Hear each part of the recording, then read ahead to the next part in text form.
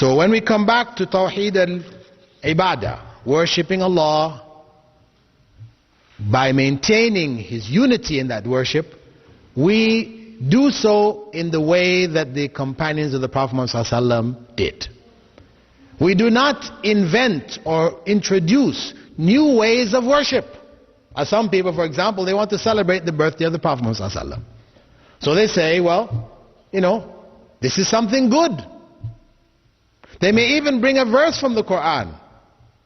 They would say, Allah said in the Quran, Inna Allah wa malaikatahu yusalluna ala nabi.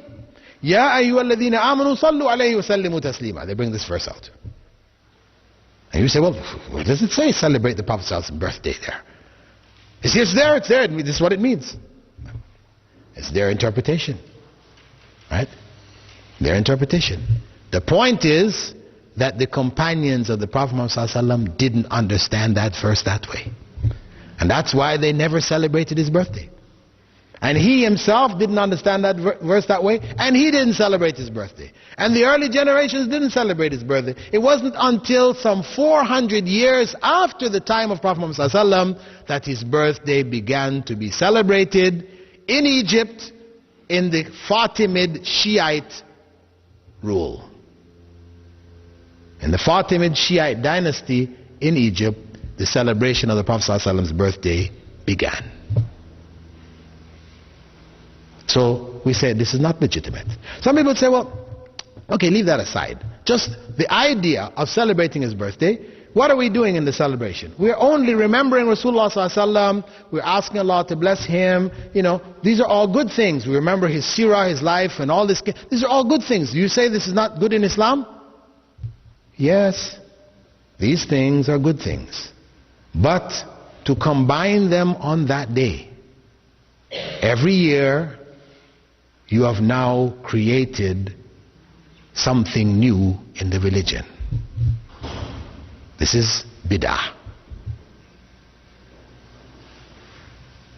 Similarly, we could ask, if somebody suggested to you, you have to understand bid'ah, sometimes it involves something completely new, like the idea of the birthday celebration, because we don't really have any precedents for it at all in Islam. The sunnah of the Prophet ﷺ is not just what he did, but also what he didn't do. You have sunnah fi'liya, the sunnah of actions which he did, and sunnah tarkiya, or sunnah of actions which he didn't do, which are religion, dealing with the religion. Of course, there are many things he didn't do which he didn't like personally. We're not talking about those. We're talking about things connected with the religion. The things he didn't do, it is sunnah not to do. Very important. Because if one opens this door, that as long as he said this, he said that, we can put it all together and come up with something which he didn't do, then the religion becomes innovated. You can now change the religion at will. Because I can bring something to you. I say to you, Prophet Muhammad ﷺ said, prayer in jama'ah is worth 27 times prayer by yourself. Everybody knows this. He also said, whenever you enter the masjid, you should pray 2 rak'at, 2 units of prayer, before sitting down. Everybody knows this. Let us put the two together. We come into the masjid, I now suggest to you, let us make tahiyatul masjid in jama'ah.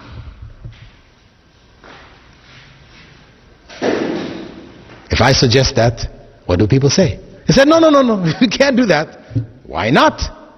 Prophet ﷺ said the prayer in jama'ah is worth more than the prayer by yourself. He also said, whenever you come in, you should do these 2 rak'ah. Why can't we put them together and do it? Well, the Prophet ﷺ didn't do it. That's why, yes. He didn't do it, so we cannot do it. He made tahajjud in jama'ah. This is also sunnah, and he did it in jama'ah. We can do it because he did it. But to do tahiyyat al-masjid in jama'ah, or to do the sunnahs before dhuhr, the sunnahs after dhuhr in jama'ah, we can't do it because Prophet Muhammad ﷺ didn't do it. And that's emphasized by his well-known statement, ما تركت شيئا يقربكم إلى الله إلا وأمرتكم به. I didn't leave anything which would bring you closer to Allah without instructing you to do it. That's the bottom line. If it's gonna bring you closer to Allah, Prophet Muhammad ﷺ told us to do it. If he didn't tell us to do it, it will not bring you closer to Allah, no matter how good you think this is, how much reasoning you give behind it, it will not bring you closer to Allah. It will take you farther away from Allah. This is the basic principle based on the statement of the Prophet Muhammad ﷺ, Man ahdatha fi amrina ma laysa minhu fahuwa rad.